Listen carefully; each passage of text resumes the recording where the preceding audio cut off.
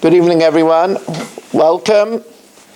Thank you for joining us for the learning of Torah Hashem, Be'ezras Hashem Yisbarach. We are welcoming you from our flagship station here at the Good Yisrael Beis Zev of Fairways Lakewood. And tonight's shir is being specially dedicated anonymously for the request of Yeshuas and Refuas for everyone that needs them. And we thank TorahAnytime.com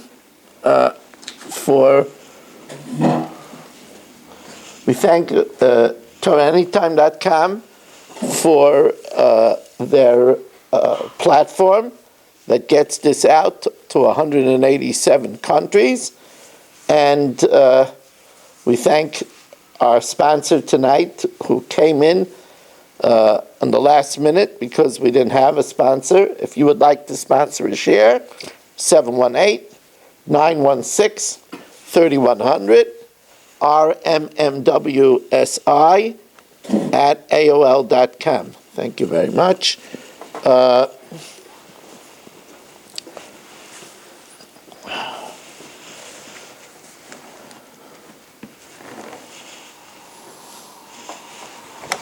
Maybe I should put in a new battery into the microphone so that we don't have any trouble.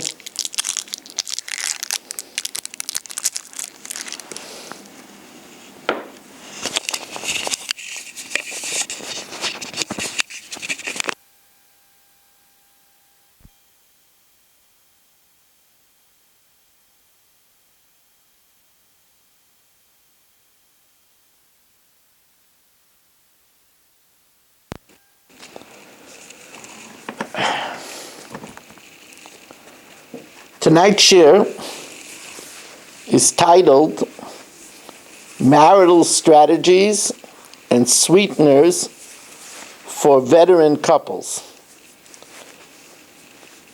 Although I wrote veteran, it's definitely applicable for new couples, but the novelty is that it's even good for couples that have been married a long time and know the business of marriage very well.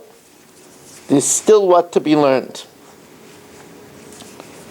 Amar Rebbe Tanchem Amar Reb Chaniloi, in one of the most important Gemaras about marriage, in the 6th parak of Yavamas, Daf Samach Beis Amud Beis, Kol Adam she'ein lo isha, a man that doesn't have a wife, Shari b'loi simcha, lives without happiness. B'loi bracha, without blessing. B'loi teva, and without goodness. In Eretz Yisrael, whenever the Talmud Bavli says b'marava, to the west, it's referring to Eretz Yisrael because Eretz Yisrael was to the west of Bavel. But Ma'arava Imrei, in Eretz Yisrael they added, B'loi Torah, he lives without Torah, B'loi Chayma, without protection. And finally, Rava Bar Ula adds, if he's not married, he lives B'loi Shalom, without peace. Now, that's a lot. Because to live without peace, Rashi says in Mechukaisa, Yemein Shalom Ein Klum. If you don't have peace, you have nothing. So that means that if somebody is living without a wife, he's living with nothing. So what this Gemara is telling us is that to have, obviously, if somebody is living in a bad marriage, that's not simcha, and that's not bracha, and that's not taiva, and that's certainly not shalom. So what this Gemara is saying is that quality of life is at stake. Quality of life. I mean, these are all quality of life issues. Simcha, bracha, taiva, shalom, quality of life. Quality of life depends on having a good marriage. Let's see what in life we call taiv. In life we call taiv Torah. Right? It says, Ein taiv el Torah. Shenema, ki lekach taiv nasati lochem, Torasi al tazavu. So, and we know that Rabbi Kiva said that without Torah, you're like a fish outside of water. So Torah is oxygen. Without Torah, there's no taiv. What else is called taiv? Or is called taiv. Right? Vayara lekim es or ki taiv. Without light, it's dark. It's finster in the reisen. It's black outside. And what else is called taiv? Lechem. Same benching. Chazon es oilam kuloi betuvai. Taiv is our sustenance. There's no kiyum without taiv.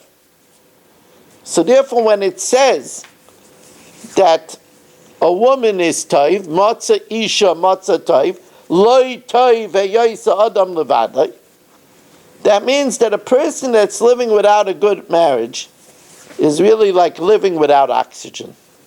It's like he's living without in the dark, and it's like he's living without kiyum.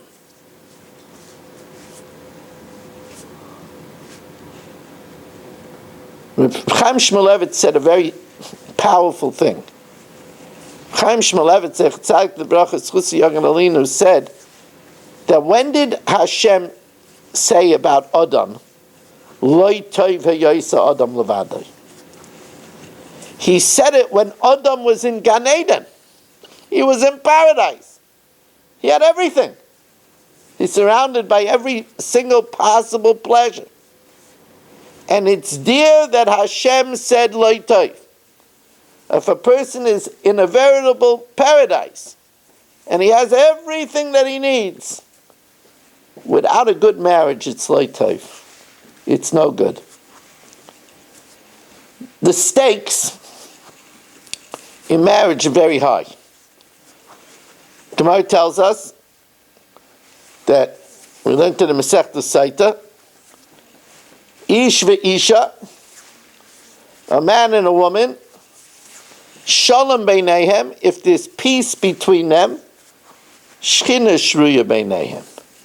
They have the blessing of Shchina. If there's peace, there's the blessing, the protection, the happiness. Remember, the happiness of the next world is tzadikim yashrin v'atreiseim b'rosheim v'nenim iziv hashchina. Gan Eden in this world is to be in the proximity of Shechina. If somebody has shalom with his wife, they're living with the Shechina. Reb Zelik Bliskin tells over a very, very telling story. A very telling story.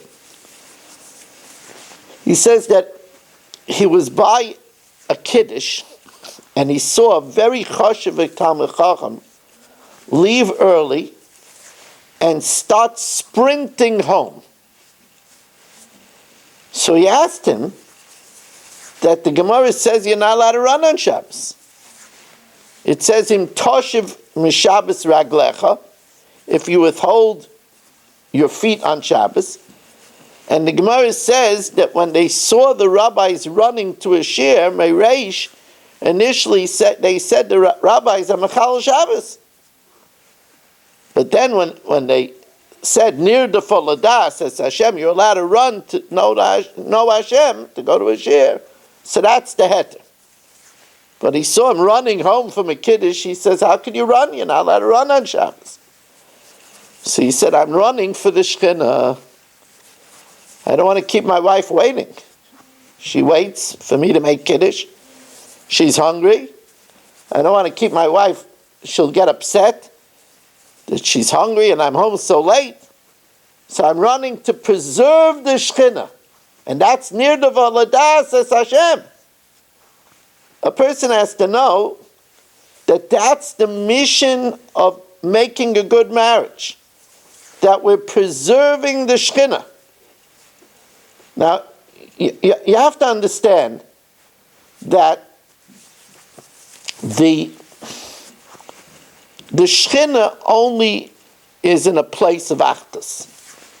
That's what it says. We all know from learning Bereshis many times that it doesn't say Ki Toiv on Yom Sheni. It doesn't say, it always says Vayar Elikim, right? What he did, Ki Toiv. But on the second day, it doesn't say Toiv. Why? Because on the second day, there's Machlokes. He divided the upper waters and the lower waters. And whenever there's Machlokes, there's no Toiv. So, in order for there to be Toiv, Vani kirvas elikim li Toiv. To be close to Hashem, to have Shekhinah is Toiv. Where there's Machlokes, there's no Toiv. And therefore the husband and wife have to strive for Achdus, because when they strive for Achdus, that's the way that there's Shekhinah. That's why it says the mitzvah of Al-Hafta L'Reach Kamaycha is fulfilled in marriage. You're supposed to love your wife like yourself. Right? You have to be equitable in marriage. If you don't like to be screamed at, you shouldn't scream at your wife. You have to love your wife like yourself. If you like that when you need something, she should be available for you, then you should be available for her. It has to be equitable. And then if there's v'hafta l're'acha k'meicha, so then, ani Hashem, then Hashem is there. Because when there's the achdus, then Hashem is there.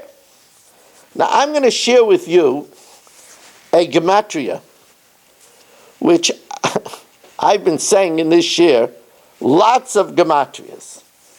But this gematria, I love this gematria. There's a sefer on marriage that had many revisions, and it goes back to the 1980s. And it was written in English, it was written in Hebrew, it was written in pamphlets, it was revised. It was written by a big Talmid Chacham by the name of Rav Yitzchak Ginsburg. And there's a lot of Kabbalistic aspects to his writing also, which is above the pay scale of this Maggid Shir. But he says a gematria which knocked my socks off. You know, in a good marriage, so you say to your spouse, I love you. And if you mean it, well, that helps to bring the Shekhinah. Do you know that Ani Ohev Osach is 502? Shekhinah Beineihem is 502. Can't get better than that. Ani Ohev Osach is 502. Shekhinah Beineihem, that's with 2 yuds. No way, check it out. Not so trusting. Ani Ohev Osach and Shekhinah Beineihem is 502. That's the idea. The idea is where there's that warmth between them, then there's going to be Shekhinah. Now the pasuk says, everybody knows the beginning of the pasuk, but they don't focus at the end of the pasuk. I already made a bracha in the previous share.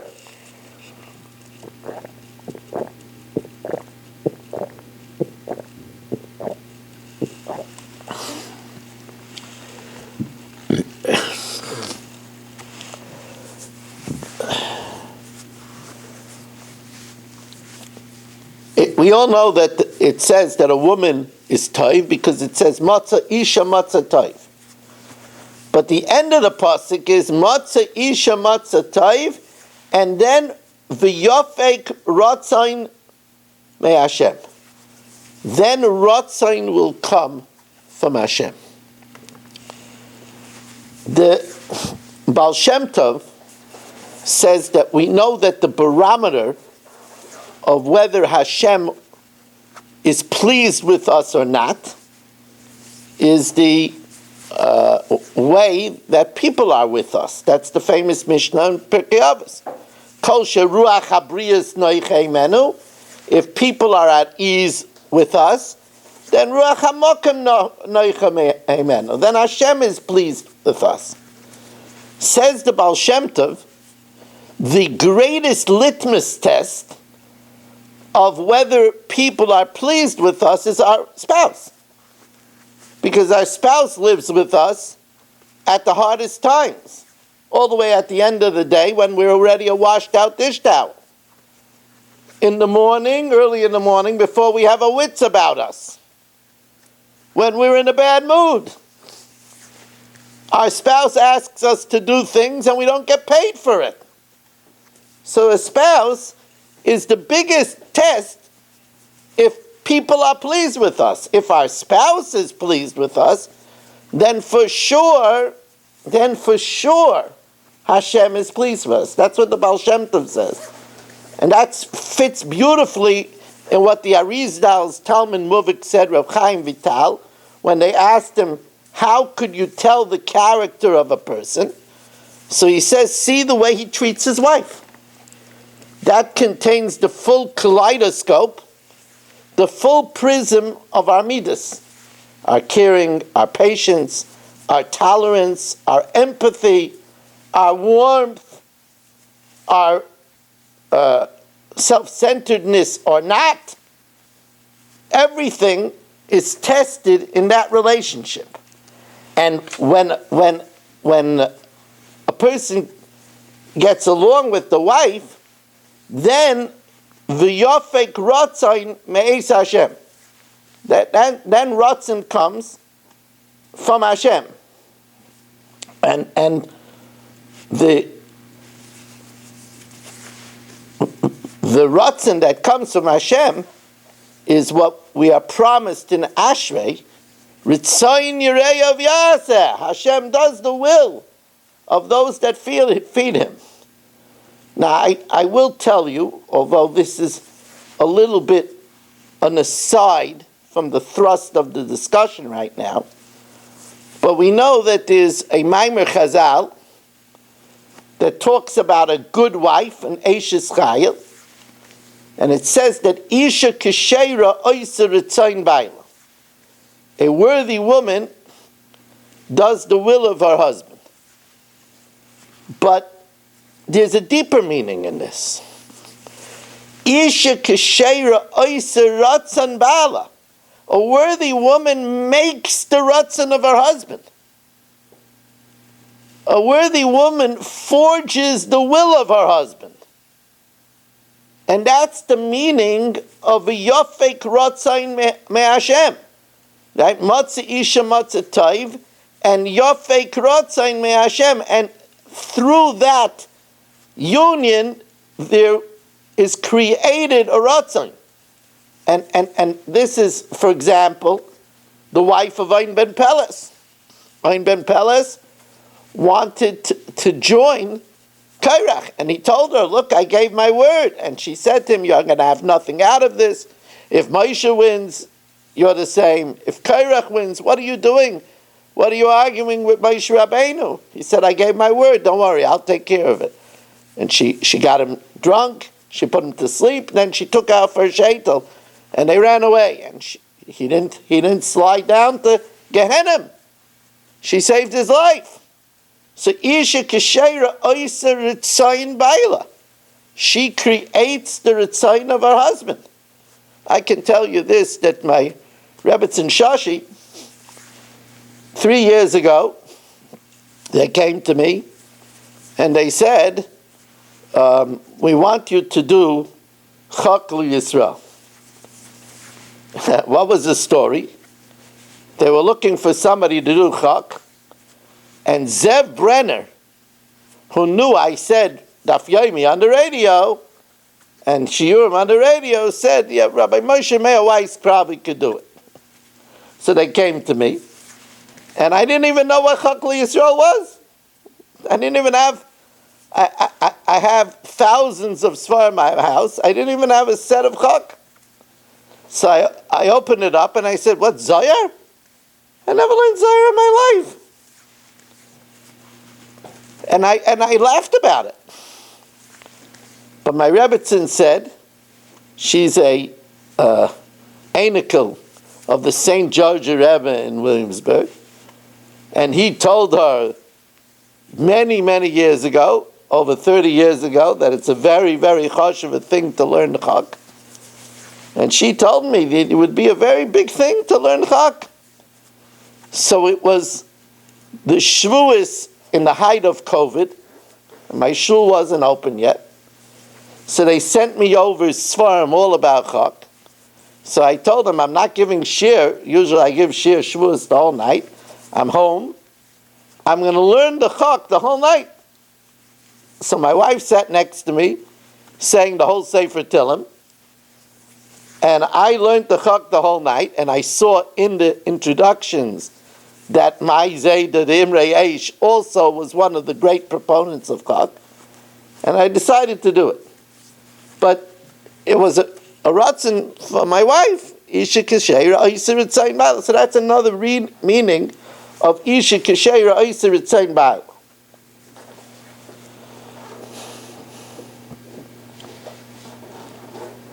It says that the aim is that Al Kain Yazav Ish Es Aviv Es Imai V'davak Be'ishtoi V'hayu L'basar Echad. They will become as one. Remember, we said the Shechina is Shaira when there's oneness, like by Har Sinai. The Shechina was Shaira on Sinai. K'ish echad, b'leiv echad. So when there's achdus, the Shechina is Shaira. So now, many of you are listening and you're saying, well, he said there's going to be strategies and sweeteners. We didn't hear anything yet. We're getting there. Don't worry. I just have this roundabout way of getting to, well, we're getting there. So one of the tools, one of the techniques to become one is the art of touch. A husband and a wife touching, caressing one another. Now, how do we know how important this is? How do we know how important this is? We know it from the fact that what divides a real Shomer Torah mitzvahs from somebody that's more modern is that they are Shomer Negiah. It's a whole title. Shomer Negiah. What's so bad of touching, they say? Shomer Negiah. And from the fact of the negative, Michlal Lav Ato Shomea Hein. It's because Negiah causes a tremendous electricity, a tremendous combustion. And when employed where it's supposed to, it unleashes a tremendous impact. When it says, V'davak be'ishtoi v'hayu l'basar echad, to cleave to a wife and become one. When it says ki im l'she'eroi hakorov elav, and Rashi says she'eroi u'ishtoi, that's the flesh that's close to him. Closeness of flesh is a very, very, very powerful tool. Now we know, because of science, we know that when a spouse touches their partner, it releases oxytocin. Oxytocin has been billed the love hormone. It's a very, very, very powerful enzyme which creates a bond, which creates a closeness. Now, not only that, but it releases endorphins. These endorphins both relieve pain and enhance the mood. It also reduces the stress hormone called cortisol. This is fact. It reduces the stress hormone called cortisol. Now, with this in mind, we understand why the Hebrew word noga, to touch, is the same letters as oneg, a delight. Because the touch creates delight. It creates comfort. It wards away stress. It relieves pain. But I'll tell you more than that. Without the touch, the letters of Noga and Einig are also the letters of Igain, which is the root of Aguna. It leaves the spouse feeling alone. Now, I can't stress this enough to you. In the things that husbands and wives are supposed to do for each other. And you know, today in the world, all the therapists and all the lecturers talk about the 5 love languages.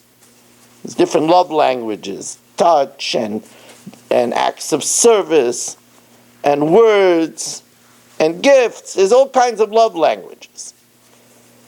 But many of the love languages can be offered by other people. When it comes to touch, and especially more intimate touch, that can only come from a spouse. And when the spouse doesn't provide it, then their partner feels egun. They feel like they're hopeless and they're abandoned. And that's why this is a tremendously important thing. The idea of giving comfort is what Naomi said to Rus and Arpa, Mitzena menucha isha beis isha. You should find comfort and contentment, each woman in the house of her husband. This is what we're talking about, comfort and contentment.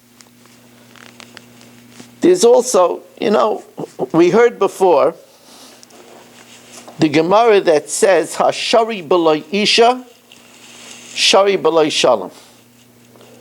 You live without a woman, you live without peace. And somebody will ask on this, to the contrary. You live alone, you have for sure peace. You have for sure peace. No fighting if you're alone unless you're crazy. You're not going to fight if you're alone. You live with a woman, yeah, then yeah. The answer is, peace is only the making of good between two people. You're alone, of course you don't have peace, because you don't have the opportunity for peace. That's a simple meaning. But there's another meaning. That when it says, Hashari b'lo yisha, shari b'lo shalom, it's talking about shleimus, completion. You can't have completion without a wife. A man is only a half. Right? That's why the Rabbeinu Shalom took the woman from the rib of a man, and Adam says, Zois apam etzem me'atzama, yubasar mibsari. And he called her Isha ki me'ish lukacha zois. Gemara says that the man looks for the woman. because he's supposed to find his lost part. Right? That's why it says Motza Isha. And therefore a man, the woman makes him feel complete. And when the woman is close to him, he feels that sense of completion. That's why it's so important. V'hayu l'basar echad. This gives a sense of shleimus. It gives a sense of completion. A woman also, the Gemara tells us that about a woman, tav l'meisav tandu mil'meisav armalu. It's Gemara in Ksuvas. A woman would rather live two bodies than alone. Tandu, two bodies. And by the way, that's also the idea of yidid. Yidid is yad. Yidid nafshi. There's a closeness from hand to hand. Now, in friendship, it's also a handshake. But in the highest level, it's touching. And in the highest level, it means complete touching. There's a Gemara in Ksuvas that says that if she insists that when they're intimate, she wants to be dressed. Hu b'bigda v'hi b'bigda. If she says he with his clothing and she with her clothing, teitzei b'loi ksuva. She's a meredes. She goes out without a ksuva. That's how important touch is. To touch in the Teichacha, there is a term for marital intimacy, which is not a familiar term, but it's called mishgal. Mishgal is a term of marital intimacy. The term mishgal is a composite of mush and gal, to touch and reveal. The touching itself is a very great act of intimacy. And what's exciting about it is that it's available to people even in senior years. Even when the full act of intimacy is already hard, it's still this magic of touch and the unleashing of the enzymes and the stress reduction still comes from this. And this is something that the Gedolei Yisrael said that people could get back into even very late in life.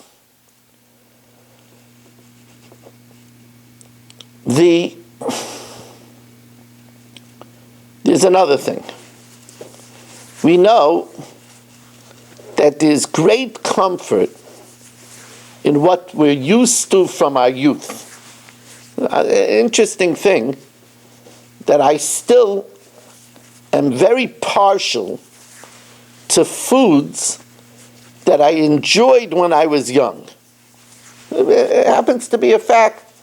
I enjoyed very much when I was young Lakshan and cottage cheese. I still have a great partiality to Lakshan and cottage cheese, to banana and sour cream. Things that you get used to at a very young age is very pleasing to you. Way before we understood words, we understood being held when we were in distress by our mothers. Being held, being caressed, being held to a mama's chest is our first language, way before speech. And that's the way touch operates in a marriage. It's a very powerful medium. We're talking about a sweetener and a strategy that unleashes chemicals, just the unleashing of oxytocin, which furthers the bond and the unification of the couple. That's the meaning of davek be'ishto which leads to the eventual V'hayu l'basar echad. So that's the first tool that we speak about today. The second tool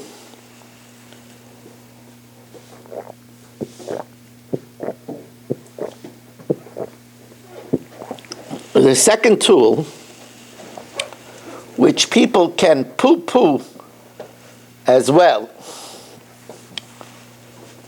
is words. There's a Gemara in the 13th daf of Ksuvas. It's a Mishnah. You could miss it if you don't take note of it. The Mishnah talks about Ru'uha midaberes im echad b'shuk. If you see a woman speaking with someone else in the marketplace, and you ask her, Ma tiva, what's the nature of this person? So obviously it's not talking about you just saw her chatting. We wouldn't make an investigation if you saw her chatting. So Rav Asi says, Midaberes means nivala. You saw her be intimate with a strange person. Why does it say Midaberes? So we know that the Gemara the Mishnah sometimes wants to teach us to be refined, and it doesn't always say things outright. So instead of saying relations, instead of saying a bia, it says midaberes. However, the Bali Musar say, why do you think it uses for a euphemism for intercourse midaberes? It's to teach us that talking with your wife is an intimate act. There's talking and there's talking. When it says in the bracha, kol chasan v'kol kala, the voice of the chasan and the voice of the kala.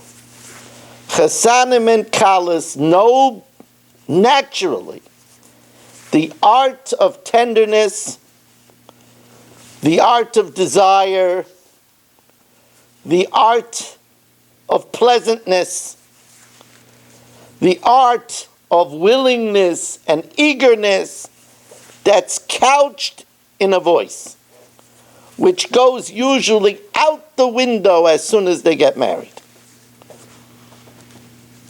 But those are words that can foster relationships and create an aura and a magic in the home. The Pasuk tells us in the wisdom of Mishlei, Yesh bote kimat koras chorev. There are those that speak and it's like the stabbing of a sword. Every word is an attack. U'l'shayin chachamim marpeh.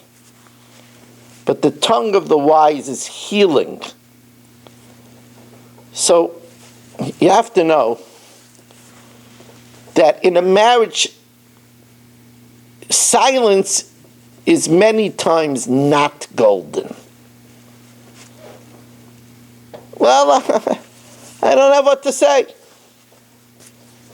Here, one of the couples is starving for connection. I don't know what to say. I'm tired. We know each other already. You know that kola and laka are the same letters. Because with your voice you could do wonders and you could also smite. Laka means to flog. And I'm not talking about Einas Devarim. Here we're not talking about Einas Devarim. You have to know that there was a special collection of shkolim, of machzis hashekel. There were 3 machzis hashekel. There was a special collection for the adonim, for the sockets, the ma'as adonim. They made a special collection for the 100 sockets that held the beams in place in the Beis Hamikdash. And the Dazakanim Balitaisa says they're called Ma'as Adonim, which the sockets were the foundation of the Mikdash. So he says they're called 100 Adonim because they represent 100 Adonoyim. The 100 times we say Adonai in the 100 brachas. That's a foundation of the Mikdash.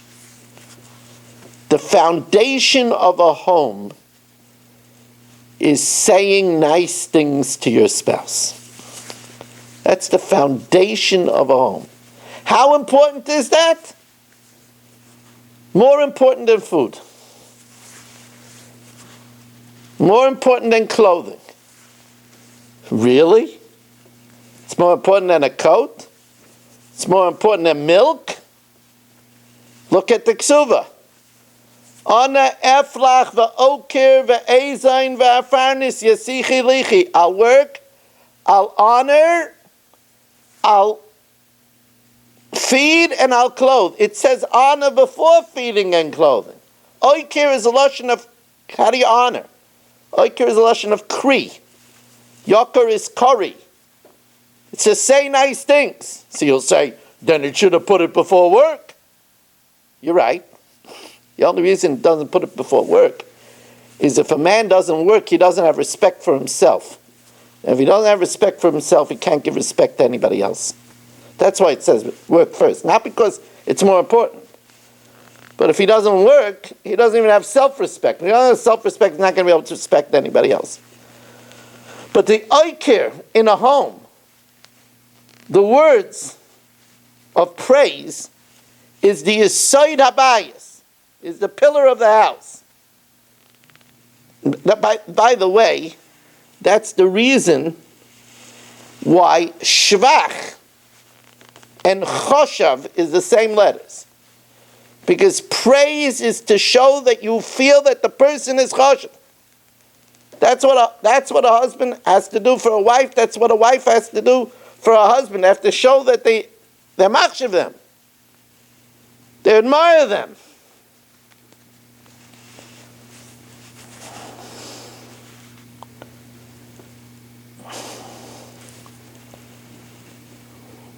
You know, it says dveikis by Hashem. It says dveikis by a wife.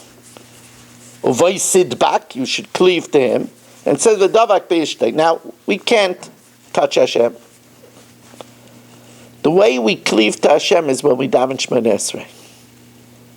We take those 3 steps forward and we connect with the Rebbeinu Shem. That's why Yaakov saw in his dream the ladder. Sulam is gematria curl.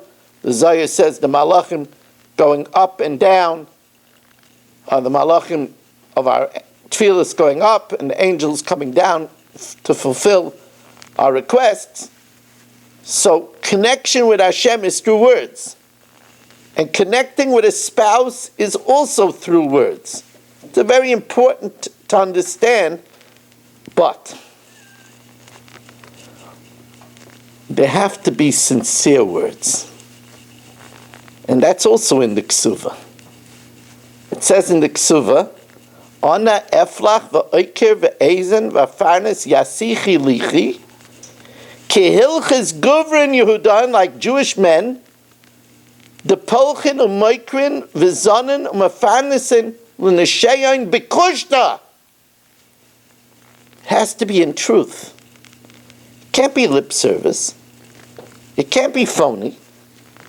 It has to be heartfelt. I want to tell you, there's a sefer. It's a fascinating sefer. It's not something that you learn in yeshiva, although it would be very interesting to learn it in yeshiva. It's called Oisius de Rabbi Kiva. Rabbi Kiva didn't just darshan the tagin, the crowns. He also darshan the letters. He said the letter Aleph, Aleph Lamed Fei, stands for Echad Leiv Peh. It should be one, the heart and the mouth. That's what Aleph stands for. Echad Leiv Peh. And then he says another thing. That's the first thing he says. And then he said, Emes Lomad Picha. Teach your mouth to speak truth. You see, because if it's Pivali by Shavin, If it's sincere words, then it says, Dvarim hayotzim min halev nichnasin lalev. Things that come from the heart enter into the heart. You want that connection. Dvarim hayotzim min halev nichnasin lalev. So now I'll tell you, if you remember on Shabbos we had over here a shir, and I told you phonetically words mean something. So I told you that Levana, the moon which is white, is the same phonetics as vanilla. And Nimrod is the same phonetics as modern. Love is the same phonetics as lave. It's the same thing. Because it has to be heartfelt. When it's heartfelt, then divrei emes nikorim. And dvar mayotzim min halev nichnasin lalev. And that's why, and listen carefully to this, that's why words need preparation.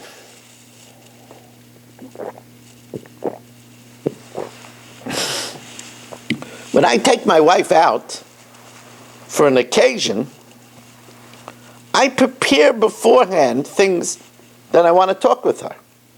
I want to make sure that I create a special mood. And you know where you learn this out from? You learn this out from the Chasidim Harishonim Hayushan Shah Achas Kodim Tfilasim. The Chasidim Rishonim would wait an hour before their tefillah. They would think about what they want to say. They would think about how they want to connect. And this is a very important thing in a marriage. It can't be overemphasized. Now, the secularists have already given, I told you, if it says Chochma Bagoyim Tamen, wisdom amongst the Goyim, you could believe it. Somebody tells you that there's wisdom amongst the Goyim, you could believe it. So the secularists have already recommended that when you're praising your spouse, you should introduce the word you. It makes all the difference. In other words, you could tell your spouse, supper was great tonight. Or you could say, you made such a good supper. You could say, that was good advice. Or you could say, you gave me the best advice. It's all the difference. That was a great job. No, you did a great job. Make sure to put it on the person. And it's the opposite by criticism. By criticism, don't say, you did that. If you have to, you say, well, that didn't work out. Not you spoiled it. Now, even better, they recommend, when it comes to criticism, to, instead of say you, to say I. And say, I feel better when it's this way. So then you're shifting it completely away from the other person. But that's by criticism. By compliments, there should always be a you.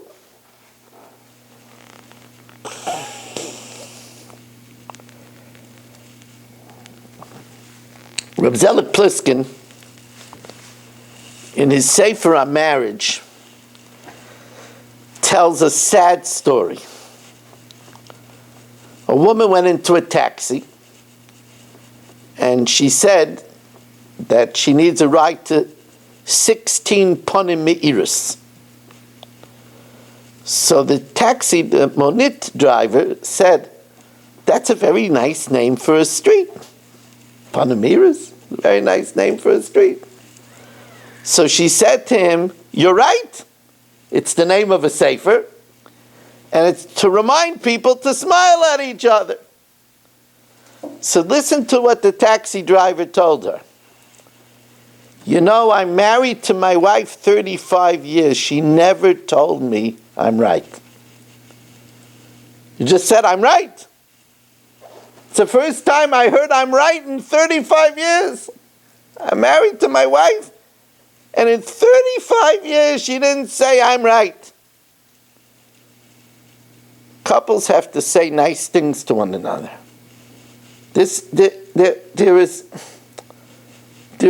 We cannot emphasize this enough. There's a Pirkei de Rebbe Elazar. The Pirkei de Rebbe Elazar says that any word in the Torah, the first time it's mentioned in the Torah, so the Pirkei de Rebbe Elazar has a phrase, Hakol hoylech achar rishon. We know that there's a phrase, Hakol hoylech achar achsaim, everything goes according to the finale. But there's also a phrase, Hakol hoylech achar rishon. That's a Pirkei de Rebbe Elazar. So he says, any time that a word is mentioned first, what it says next to it by association gives us an idea about this word.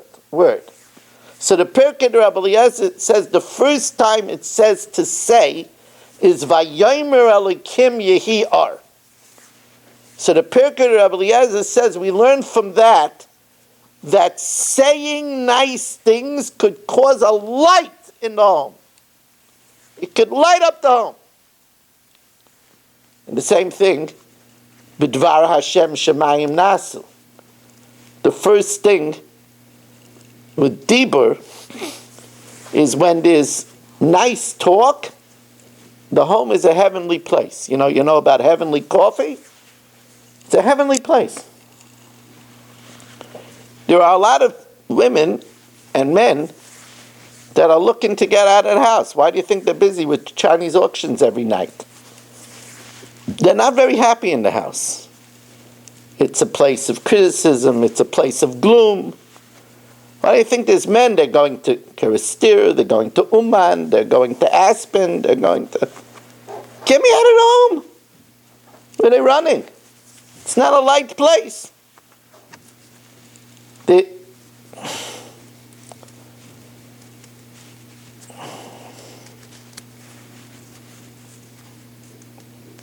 The wrong words ruin even the best of efforts. Words are so critical. We're talking about strategies. Words are so critical. The wrong words ruin the best actions. It says in the Gemara in Kedushin, in the first parak, Yesh machil aviv fisyoni v'yorish gehenim. Fisyoni is a tomahawk steak. Actually, it isn't. It's a pheasant. But you go into, a big occasion in a restaurant, you're celebrating a big thing, and you want to feel like a Ben Sarah Myra, excuse the expression, and you order this steak that would feel very good in front of Oig Melech HaBashan. Right? Tomahawk steak. Right? Reserve cut tomahawk steak. Right? And so here a wife goes out and shops and buys a tomahawk steak, and she prepares it the way he likes it and makes on the side mashed potatoes with onions and a delicious sautéed mushroom, and buys a bottle of wine. And then while they're sitting down together, she says, "When I see you eat this, it reminds me what a behemoth you are." All our hard work just went down the drain. Now that's kind of dramatic. That's kind of that. You don't need me. You don't need to tune in to Torah at any time to know that that's a spoiler. But even something more subtle, like saying, "I see when I serve you such a meal, I finally get your attention." That ruins the meal. Words make it or break it. It's in Mesechus Derech Eretz Zuta, it says, you could do everything in the world, but if it's accompanied by sour words, it spoils everything. Words make it or break it. Now, many couples make the mistake and say, look, I'm not going to say these things all the time. I mean, you know it already. And what is it? You're so forgetful that I have to keep on telling you? That's completely wrong. Completely. It's compared to the Rambam that it's better to give $100 to 100 aniyim than to give $100 bill. The act of praise should be done often. It creates and it cements a connection. Of course, it shouldn't be repetitive. It needs thought. It needs heart. And this is called, in more lofty terminology, this is called, remember when we were saying the Sweeteners, when we were counting the Eimer, this is called Hoid Shebechesed. Hoid Shebechesed is the Hoidah, the thanks of kindness. That's Hoid Shebechesed. And in the Zohar, Hoid Shebechesed creates that even when we take, we become givers. Because we know how to thank. And the thank you is giving back. And creates that it shouldn't be, remember, if you want to be like Hashem, you have to be a giver. A taker is not like Hashem because Hashem is kainei hakol. But when you thank, you also become a giver. And that creates the cycle where the person wants to give you back. That's Hoid Shebechesed. You know, there's something very poetic in the Tanya. The Tanya says that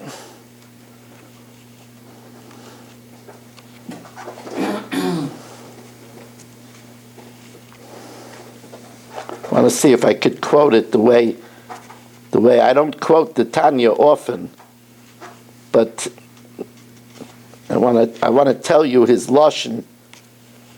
He says,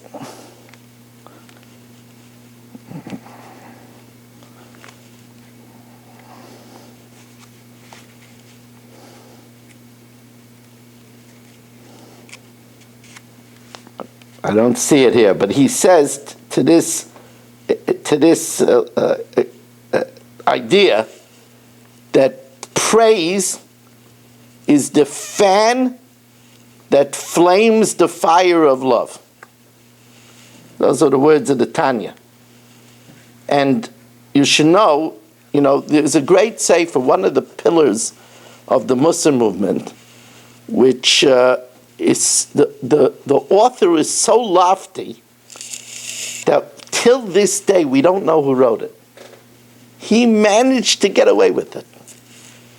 They say that trying to write something Be'elam Shmai and then having people find out backfires. Oh, it's like, you didn't want people to know, but now they know that you didn't want people to know.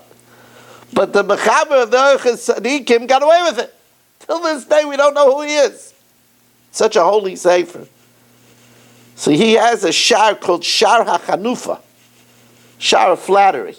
If you remember, we learned in the Chok, in the Musar in the Chok, I think it was in Parsha Shlach, that flattery is not a good thing. Because it's talking about false flattery. But the Orchos Tzadikim writes, it's really amazing that he writes this. The Orchos Tzadikim writes, and I'm going to quote him directly, his lashon, Yesh lahachnif ishtoi l'shalom bayis. Person should flatter his wife for shalom bayis. Praise is very important in the home. How important it is, and You'll say, it's not necessary so many times. Well, you know, you have a favorite aunt, and you hear from her often, you know, I always knew you'd be special. No matter how many times you hear it, it makes you feel good. No matter how many times you hear it. If it comes out sincerely, it's delicious. And it's a brightener. That's the meaning. That Amira causes or. So, you could see that this is going to be a part one. There's many more strategies. But today we talked about two. We talked about touch, and we talked about words. And those two tools could already significantly change the aura of the home and the connection between us in the merit of our talking about it and learning to deepen the Shekhinah in our home. Hashem should bless us with the sweetness of Shalom Bayis for Arichas Yamim V'Shanim. Again, if you would like to support this year, 718-916-3100, rmmwsi@aol.com. Thank you for joining us, and have a wonderful day.